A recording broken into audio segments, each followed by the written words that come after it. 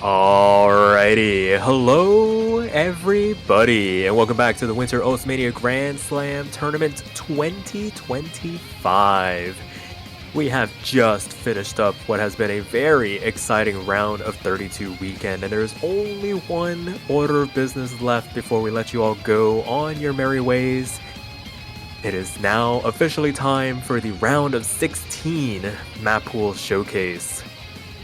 As always, my name is Sparky, and I'm joined in the commentary booth this time around by none other than Dark Mewtwo. How's it going, man? Yo, hello.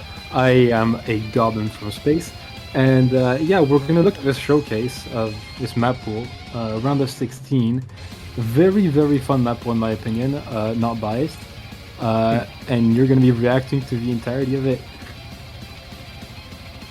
Yeah, full disclosure, as it was last weekend, I have no prior information as to what these maps are. I am not legally allowed to know what they are, so blind reaction from me, but you being one of the poolers have full information as to what the players are going to be in store, or what the players are going to be in for as we begin this showcase. And without further ado, if we're both ready, we can get this show on the road here. And we're gonna start with a classic Ayo Infinity. Very old map. Lots of people would know this map, I would assume. What do you think of this? Do you know it? Yes, very, very well acquainted with this chart. It is one that has been around for a while. The propensity for people to bust out into spontaneous song through the introduction is very real. The amount of voice chats I have been in where somebody was streaming and started playing this is ridiculous. This is a song that I think a lot of players will have some anecdote about, either having played it in previous tournaments. This is a very popular pick for rounds such as this. Was introduced, I think, in one of the later rounds of a very old tournament, the names of which elude me, but the fact that we're seeing it in round of 16 here shows me that we're starting to really pick up the pace a little bit in terms of what Rice 1 is going to become. And if you sing it, if you know it, it's pure jump stream from the offset. The split trills into the jump trills, the transition is going to be of the utmost importance as we make our way into the real meat of the chart, because once it starts, you get very few breaks in between. Exactly. And yeah, as you said, very little breaks. 3 minutes and 30 seconds, quite a long chart. So gotta keep holding on to these jump streams and not mess up the split trails that come about. Those can be quite tricky. At least I know I have troubles on those, even though I'm quite a good player, I would say. OD 8.6, that is extremely high. I mean, it is what it is, but it's quite high, I would say. Yeah, absolutely. This song, or this chart, really doesn't pull too many punches. It hits you from the offset. Once it starts diving into it, you get these couple of sections where you get these interludes, and this is going to be the important sections to ensure that you're kind of locked in at this point and you're still feeling the shaky hands this far into it. There's a very high chance you've probably missed somewhere along the lines, and the road to recovery has to start during this build-up going into the last third, because from here you aren't going to find very many opportunities to recompose yourself, because you get these hand streams begin to rain down, the split trills come out in more perpetuity, the jump trills in between as well, just trying to ensure that you're keeping it as clean as humanly possible to the end. And here is, I mean, I can't stress it enough, this is the Rice 1 pick of all time. from it feels inevitable that this finds its way into a tournament pool year after year. Yeah, I mean, as you said, the Rice 1 pick of all time. This is the most straight up Rice 1 jump stream pick. There is not many picks that could contest this. I would say with its like popularity and infamy, I would say this map and song just keep it up there as a Rice one to be known. And finishing off with these last two LNs, I think the only LNs in the chart. And we're done. Yeah, it's one of those either you know it or you don't, and if you don't know it, you best believe you're going to be seeing it from here on out. It's just always going to be there. But without further ado, we can move on to Rice 2 now. It is going to be Ankle Biters by Paramore, and oh god, another song I'm acquainted with. This is oh god, when was this last used? So Sometime in the last 2 years. I want to point this out from Dick during playtesting. I remember. Yes, that's where I remember from playtesting. It wasn't used, but it was very highly, very thoroughly considered. And allegedly, I don't remember or recall any reason as to why I would have done this, but I was against putting it. I don't know why, but hey, it is what it is, apparently. Yeah, the old motif of if they die, they die. It didn't work for that thing. So it found its way here by the looks of it. And this is a very introduction into this like broken jump stream. Like, I don't want to call it tech because there's probably going to be something very much more abrasive than this, but there are definitely some very uncomfortable patterns to play through in a chart like this. Yeah, I mean, going through the map, there's so many things to point out, like slight grace flams that you have to hit, streams, jump streams, jacks, mini jacks. There's a pattern, you name it, it's on there, probably. So yeah, I mean, this chart gives you a good feel for the entirety of what the Rice section is about. Yeah, absolutely. Just a little bit of everything without like dedicating itself to a specific like technique that the players need to kind of hone in on. You kind of need to be able to play, or your fundamental understanding of harder Rice charts needs to be up there to be able to swing good scores, because like you mentioned, there's so many different elements that can trip you up. You find some comfort in one specific portion of it, next thing you know, it throws a complete 180 at you and you're starting to find yourself missing or dropping accuracy, and it just flies back and forth until the very end of the chart. There are some spots where you can find some footing, but overall very interesting pick to start off the first two Rice picks of this pool as we move on quickly to Rice 3 now.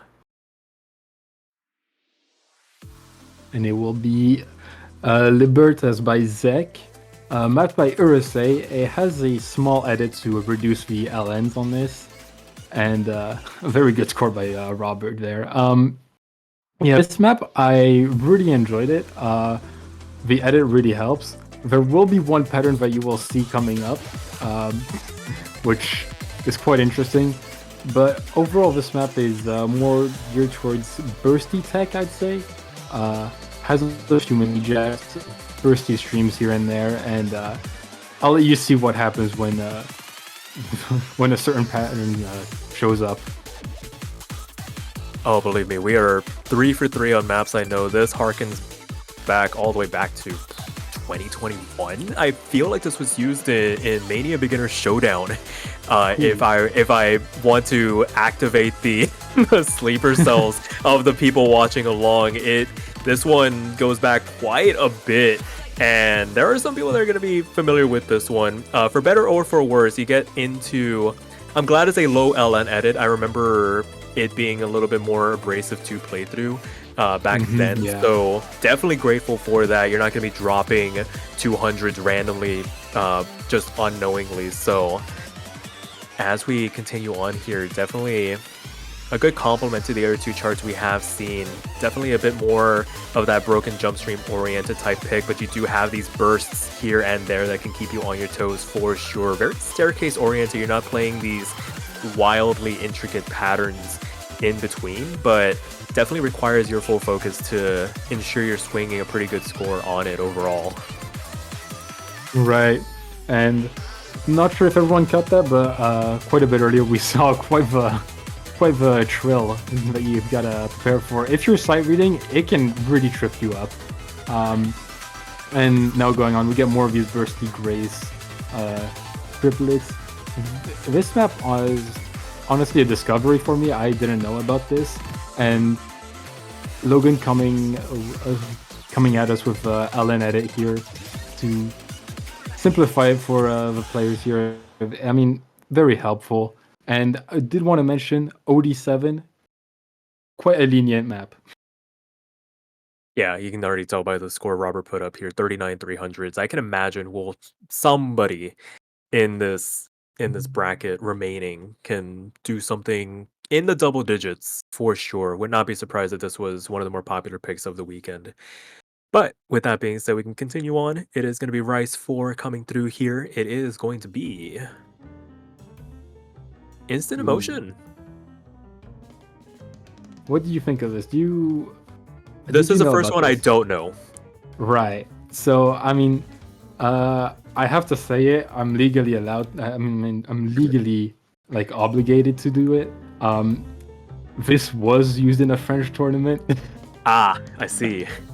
Right. So yeah, I think Petraj suggested this. It's a quite abrasive tech map. Many weird snappings, graces, very awkward timings. I mean, this map is quite hard to read, I would say, for most players. Yeah. What do you think? Definitely from the offset, speaking to the Flam Grace Note patternings, it's very easy to find yourself kind of smashing through those patterns and kind of sacrificing some of the accuracy for full combos. Would not be surprised if we saw the players that did gravitate towards this be confident in their ability to maybe full combo their way through it, but maybe not put up the high accuracy numbers that we've kind of grown accustomed to. Usually we like to say that at 99.7 is kind of like the bar that players should strive for. I wouldn't be surprised if we saw 99.2, 99.3% FCs on this. And the ones that are really capable of handling the intricacies of the finer points of this chart will be the ones that are going to be sharpshooting those higher statistical scores and that they can show off at the end of the weekend. But I mean, so far it's definitely an evolution in terms of the tech picks so far. It does have a couple of moments of downtime where you're playing these more straightforward structures, but when things start to pick up, you start to get those little embellishments here and there, and if you're not paying too close attention, you start slipping into a bit of autopilot. That's when the trouble really starts occurring. And with it being as short as it is, just shy of 2 minutes, with a very interesting split burst at the end, the roll there at the very end could trip up some players, so definitely be on the lookout for that on this particular pick. Yeah. I mean, and I wanted to point out OD 8.5, you got to be very confident to hold a high accuracy on this. It is not easy to get good at. As if though it couldn't be any harder. Yeah. Really pushing the envelope there. So that will do it for Rice 4. We're going to continue on to Rice 5, and it is going to be Grin by Hune here. Another... Yeah. Okay, we're going into Ice Dynamics. That's a name I recognize. I'm trying to remember if I remember the chart. I think I do, but... yes. This one. This one. This one. Map. Yeah. So, I mean, this is, I think, the introduction of a more chord Jackie pick, if I'm not wrong. Yeah, we haven't had a pure dedicated core jack pick so far. So, I think Round of 64 had the brief introduction to it with I think was it Valedict or Electon? I forget at this point, but there was a core jack-esque pick in Round of 64. Didn't really make a dedicated appearance in Round of 32, but nice to see it make a reappearance here in Round of 16 at 130 BPM. Not the gentlest of introductions, but I think the patterning more than makes up for it here. Yeah, this is quite light, although, yeah, 130 BPM is quite fast, I would say, for this round, but Mhm. once again, the density is quite light for the players and should provide quite a bit of relief. There's also a lot of breaks in between and quite a few streamy parts based on the song. You can hear those coming in and out. So yeah, this is quite. This could either be a very safe comfort pick for players or a detrimental pick. I mean, I'm quite. How should I say, uncomfortable when I play chord jacks. But I know for a lot of players, chord jacks are like their strongest point where they know what they're doing and it's the easiest to hack in general. Yeah, a lot of players in this range tend to hang their hat on their ability to play through chord jack picks, and the fact that this one, like you mentioned, has a lot of downtime in terms of where you're not playing like these dense 4 note chord, constant like chord jack patterns. You get these like gentle 2-3 note transitions, a lot of single notes as well, and the fact that you're not having to maintain that consistency for minutes on end like we would see in like later game picks could lend itself to it. And if you're not one that has picked up a chord jack pick before, this is a pretty decent introduction to it. BPM could be lower, but as I mentioned, I think it's kind of offset by that lower density, so it'll be that kind of ebb and flow where like later rounds it might not be as big of a BPM jump, but it'll be compensated by density if I'm wrapping my head around the map pooler's headspace here. So that will do it for Rice 5. Got our first chord jack pick, or reintroducing the chord jack pick, and we can round out the Rice pool with Rice 6 here. Yeah. Noise channel theme. Send my love to Mars.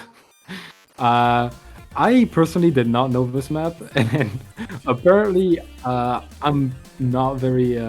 I'm in the minority, as I've seen a lot of players say, "Oh my god, this map is in the pool" from the playtesters. So yeah, this is more of a marathon stamina boss pick that we've been introducing throughout these past two pools, sitting at 3 minutes 50, and this is I would say slightly more physical than the other picks, and it is that speed jump stream kind of style. If you excuse me, I am picking up my jaw off the floor.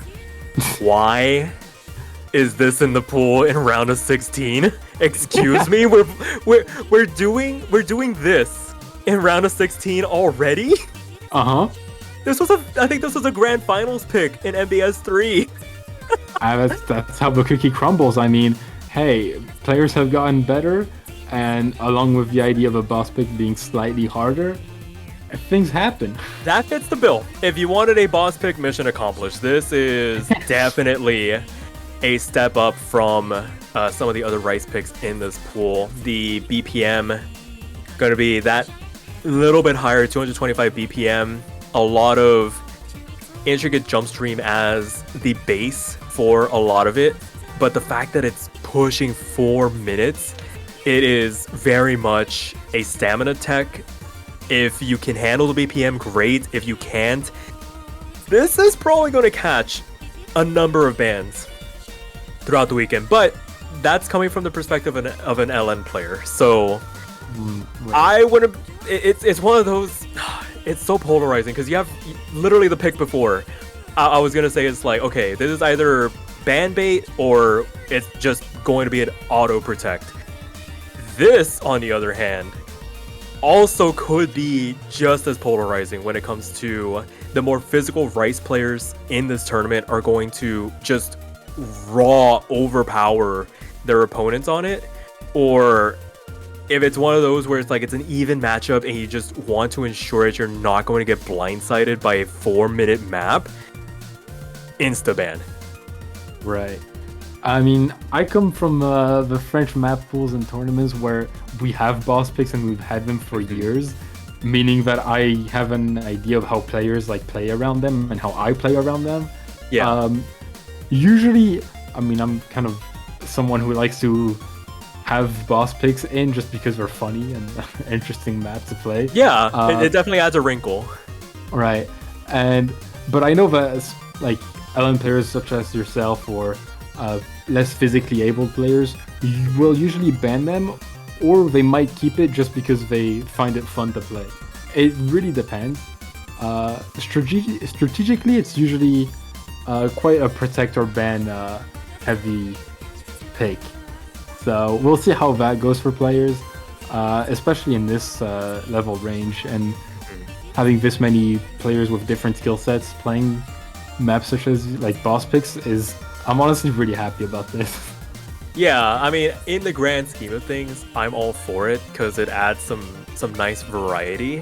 But man, it literally, I kid you not, like I saw the name, I'm like, wait a second, I heard this. It's funny you call it a boss pick. I literally heard the boss music, the preview coming through, because I got flashbacks. I literally got PTSD war flashbacks. I didn't even have to play this chart. I was long eliminated by then. But just seeing it here in round of 16, just the in the stretch of 4 years, the fact that this has gone from grand finals then to round of 16 plus here is insane. The floor has risen so much higher in the past couple of years that, I mean, hey, have at it. That will do it for, I believe, all the rice picks. I don't think we're Yep. expanding the best of format just yet. So 6 rice picks. We're gonna move on to the LNs, if I I, am correct here. yes. LN1.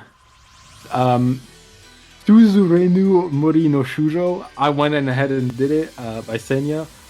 I butchered it, but I don't care. It is what it is. This is a. I mean, we'll get into the map. This is quite a release coordination maps, as we've seen from the previous rounds. There is quite a bit of rice, I would say, in it, but it's quite decorational as a certain French player with that starts with the name K and ends with Oidex. Yeah, what do you know this map? You're as a coveted LN player. I wouldn't say coveted, but definitely an LN player. I actually don't. You guys were Ooh, making those predictions before we started the stream. We were having conversations in the background after the last match of the weekend where you guys were predicting if I knew any of the LN charts, and I actually haven't played through this one, despite leaning more towards the LN picks. You would think my encyclopedia would be a little bit bigger, but hey, finding something new in this day and age for LNs, especially in this pool or in this round. Great job. This is definitely a nice little step up from last week's or this weekend's rather LN1 pick, where you're starting to branch out into this very coordination heavy. Doesn't really lean too heavily into the density elements. There are a couple here and there, but isn't the main focus. You're still having to coordinate a heavy number of releases. You're just adding a little sprinkling of rice, as you mentioned, not taking away the main focus, which is ensuring that you're not letting go of those LNs before you're supposed to. right. And yeah, I overall in the LN map balance and just the maps in general, I playing through them, I really enjoyed them. So I wonder how players will feel and what feedback they'll give us. But these maps are like I guess for 5-digit maps, LNs are usually quite. I mean, first I don't know about many players, but to me they're quite boring. But these are quite fun to play. I had a lot of fun pulling them and playing them. So yeah, and yeah, this ending gets more staggered releases and streamy releases. I really enjoyed that part. So yeah. Yeah, absolutely. It does pick up a little bit in terms of the technical aspect, but thankfully those releases not the hardest to coordinate at the end of the day, still on that 1-4 grid, so you're not having to like guesstimate when you're actually supposed to release. It kind of flows very nicely Hmm. in and out. So very good start, in my opinion, personal opinion, to the LN pool as it stands, and we can move swiftly on to LN2 here. Yeah, Foolish Hero. This was in soft six groups, no, group stages or playoffs. Playoffs. Playoffs. Um, yeah, this is a map by Toaster. Very good map. I've enjoyed this map a lot back in the soft six days, and it's making an appearance here in round of 16. So I don't know what that says about the player level, but hey, it is what it is. Yeah, for sure. Definitely stepping it up just a little bit here. It's one of those where it's how do I describe it? It's one of those where the barrier to entry on this pick is pretty low overall. It's kind of similar Mhm. to some of the rice picks we had earlier, where I was saying it's easy to FC, hard to get good accuracy on because there's so many little points here and there littered throughout this chart where you're just finding yourself spiking 200s left and right because you're trying to make it through some of these harder structures relatively unscathed. Where, yes, you might be able to, on a base level, make it through everything because there isn't anything too hard to read through on this pick, but what's really going to separate the players that know or have the fundamentals of LN down versus the ones that are just scraping the surface of it is going to be maintaining that accuracy on the releases, because there are so many things to coordinate in and around some of those longer anchored LNs. Right, and as we get towards the end of the map, I just want to say this map flows extremely well. You could probably just listen to the music and just let your fingers do whatever following the music, and it would probably work out for you. Yeah, I Like, am inclined to agree. It is such a good map from Toph.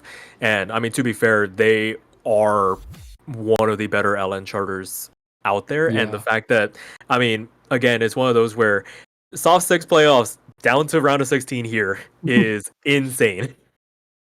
I mean, yeah, that's the gap in the years. I mean, Hmm. Soft Six was like 3 years ago now. Two going on 3 years. Yeah. Yeah, so yeah, that's 5 to 4 digits now. Yep, that's it. So we're going to move on to LN3, the next map in the pool. Overdrivers. All What do you right. think of it? I think this one was before my time, before I started Mm. playing. So I'm actually not familiar with this one.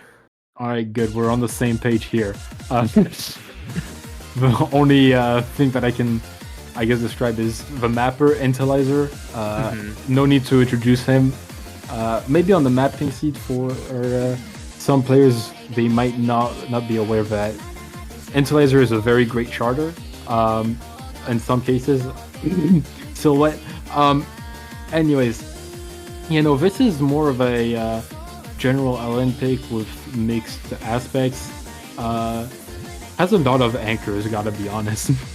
It's quite anchory overall, but I enjoyed this map a lot. It contrasts really well with the other two LN maps, Foolish Hero, and I don't remember the name. I don't want to try and pronounce it again. Uh, so yeah, Alan I one. mean, right, LN1, exactly. That's a good way to put it.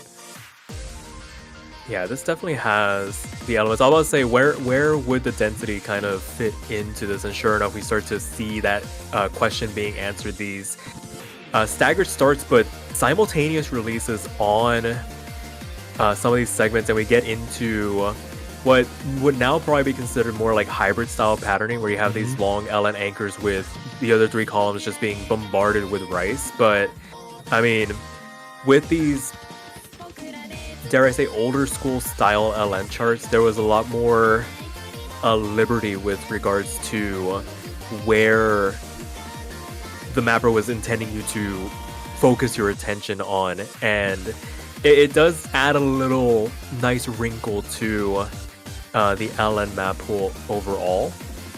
And another pretty short map here in the grand scheme of things, just shy of 2 minutes. So not a lot of room for error if you do find yourself dropping, but plenty of combo to work with in the grand scheme of things. 1,700 notes for a map just shy of 2 minutes. It doesn't feel like there's a lot, but there is so much going on in that pick. Right.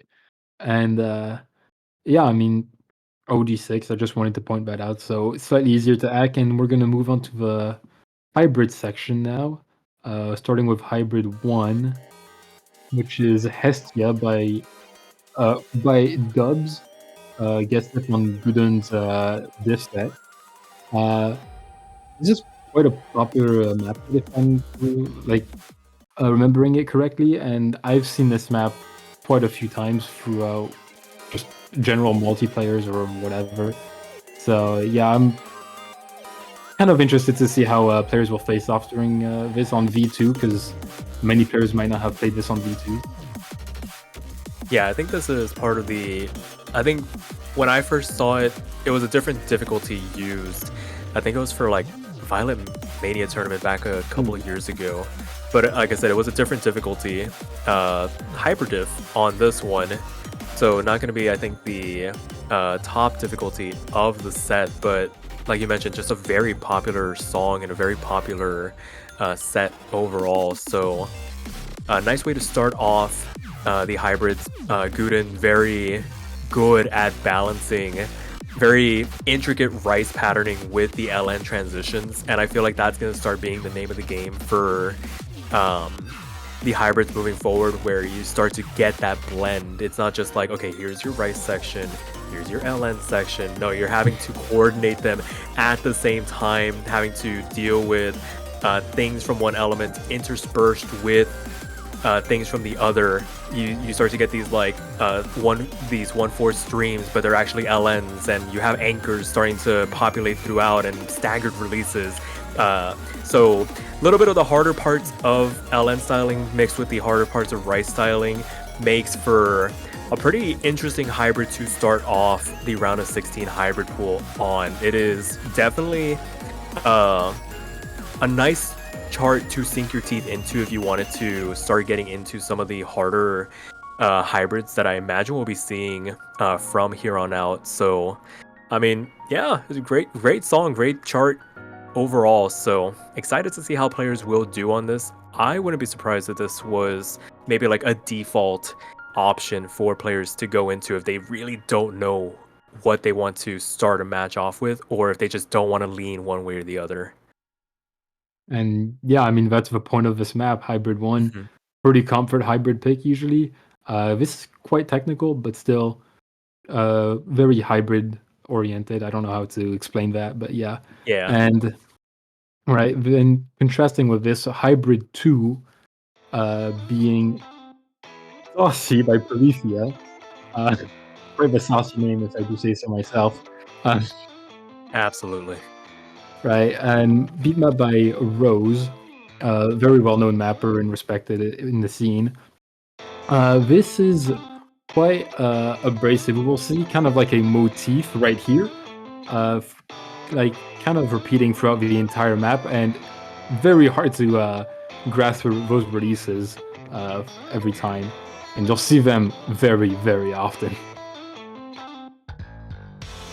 Yeah, Rose definitely has some very nice interpretations of how they like to structure their charts, and with Polyphia, in in in the context of this chart, there are some very clearly defined motifs, like you were mentioning, where you'll see that repeated throughout as they begin to come through. It might not purely be like staggered LN releases, might just be a 3-note swing on rice as you make your way through something else at the time. But I feel like the LN is going to be a bit of the backbone, and once things start to get a little bit more intricate in the song, we'll transition into some denser rice patterns. But as it stands,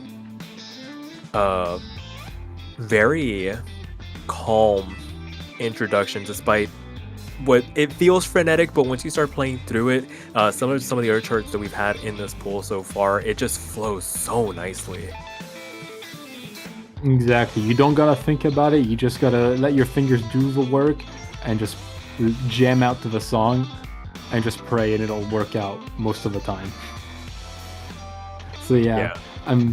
those releases are quite deadly if you start overthinking them and trying to get all of them correctly. But just playing through the map, it's not very I would say difficult to hold combo and get an FC through this. Yeah, absolutely. Especially because of the fact that it is on that OD7, so not needing to kind of hyper focus on the releases is still very important. And I feel like that's going to be the clear like dividing line between players that can FC it versus the ones that can like swing those high scores. We have some very interesting pattern choices. We saw that jump throw a little bit earlier with those short little staccato LNs at the very end. Don't need to really. I feel like for players that are starting to really sink their teeth into LNs, they tend to overestimate how long they really need to hold some of those shorter LNs. You can basically just play them like rice notes. A lot of those impacts with those staggered staircase releases, those last notes, you can just insta hit, let go, and you will more often than not get full credit for the releases. So if it looks intimidating, just as you mentioned, just kind of let your hands flow, release a little bit earlier than you're expecting, and it will work out. The OD7 will ensure that it works out. Yeah, I highly agree with what you're saying with releasing early. It's something that a lot of players don't seem to realize when playing LNs. Just Mhm. release a bit earlier. Usually, it can work out. I mean, especially on those shorter LNs, man. And Yeah. getting into hybrid free, the more spicy pick with some SV in it. We have XYZ.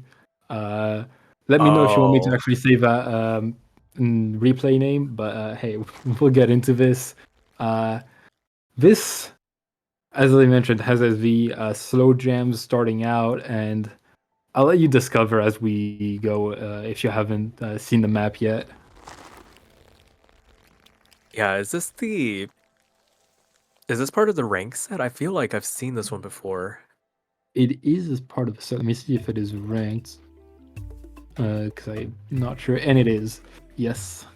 Okay, so we're continuing this trend of Hybrid 3 kind of being this like outlier style of pick. You throw those SVs in just for good measure. I'm glad that y'all aren't letting maps that have SV just be an automatic disqualification from consideration. It's one of those where you kind of get to scratch the itch a little bit of the players that kind of thrive off of being able to play SV early on without kind of it being overbearing and dedicating its own slot, at least for now. I'm not sure what if you guys have any plans in store for that, but I don't. It's a pure non-SV tournament, but that doesn't stop us from, or stop you guys from using it in the pool. So, hats off. It's definitely a little bit of a step up from transport from this weekend in terms of how aggressive these slowdowns can be, and when it comes to that style of SV gimmick, um, the thing I always like to say when it gets picked in a match is anticipation. Trust yourself. The downbeat will catch you when you go through it. Don't overthink when that impact is going to hit, because that's really when you start getting into trouble. But outside of that, I mean, a little bit, or rather a lot lighter than the previous two picks in Street or Hestia and the previous hybrid in Saucy. So if you wanted something a little bit lighter at the expense of having to deal with those SVs, this might be what you would want to gravitate towards, especially if you take the time to just ensure you have those SVs down pat. Right. And I did want to mention there are, I mean, this map is quite light, as you said, has some bursts of that quad you have to release very quickly. um, Mhm. and yeah, there are, I don't know if you've noticed, those like small trills, like just 3-note trills, that you have to hit very quickly right here. These are very tricky to hit well. I mean, it, to me, it was quite difficult to play them. Um, and they're kind of scattered all throughout the map. The pauses are, I think, like 2/1/4. I mean, I won't reveal too much, but I'm pretty sure you can ghost tap it. Uh, and I mean, yeah, just don't overthink the SVs. They're very well timed on just a 1/4 beat. You just gotta play them as you hear the sound. Like, very simple. Yeah, but it's one of those. I feel like that's gonna be the compromise from here on out. A little bit lighter, but maybe has a sprinkle of SV that can cause some discomfort. So that will round out the standard picks in this pool. All that's left is to present you guys the round of 16 tiebreaker, and it is going to be Amelia's Dance with Silence. Beat map by Antalf. It is a custom map made by, well, Antalf and Logan. This map, I mean, it is a tiebreaker. As you'll see, it features quite a lot of, I'd say, simplistic elements overall. Quite density-like. Usually, you would have like staggered heads with coordinated releases all together, and overall, quite a jam, I'd say. I mean, if you know the song, you know how this goes. Over on the right side of things, you'll notice already quite a lot of chord jacks, and yeah, that is quite gonna be the defining factor of this map, with this long jump stream burst just before the drop to get into the LNs.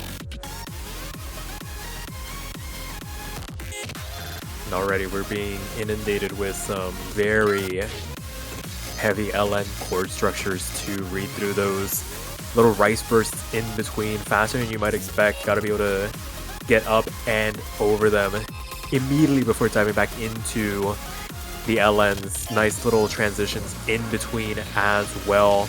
It's basically what you would expect from a tiebreaker like pick, but when the breakdowns really start to come down, you start getting the technical elements of the rice being interspersed through the LNs. Gotta be able to read your way through them, make them through as cleanly as possible before you make your way into the next section. And already a quarter of the way through the chart, not the longest by any stretch of the imagination, at least for tiebreaker's sake. 4.5 minutes, just what, 30 seconds longer than our boss pick in the rice pool. So not having to exert too much, but with the added difficulty, what I imagine the goal is to ensure that those making it to the quarterfinals, finding themselves in this position, are going to be able to handle the mid to late game styling of charts that are going to be befalling them there. Yeah, and as we get into the second half of this map, it'll be almost a repeat of what you just seen, but watch out for the end. You'll see what. Yeah, with Camelia's songs, usually that outro is... comes in. Yeah. Yeah.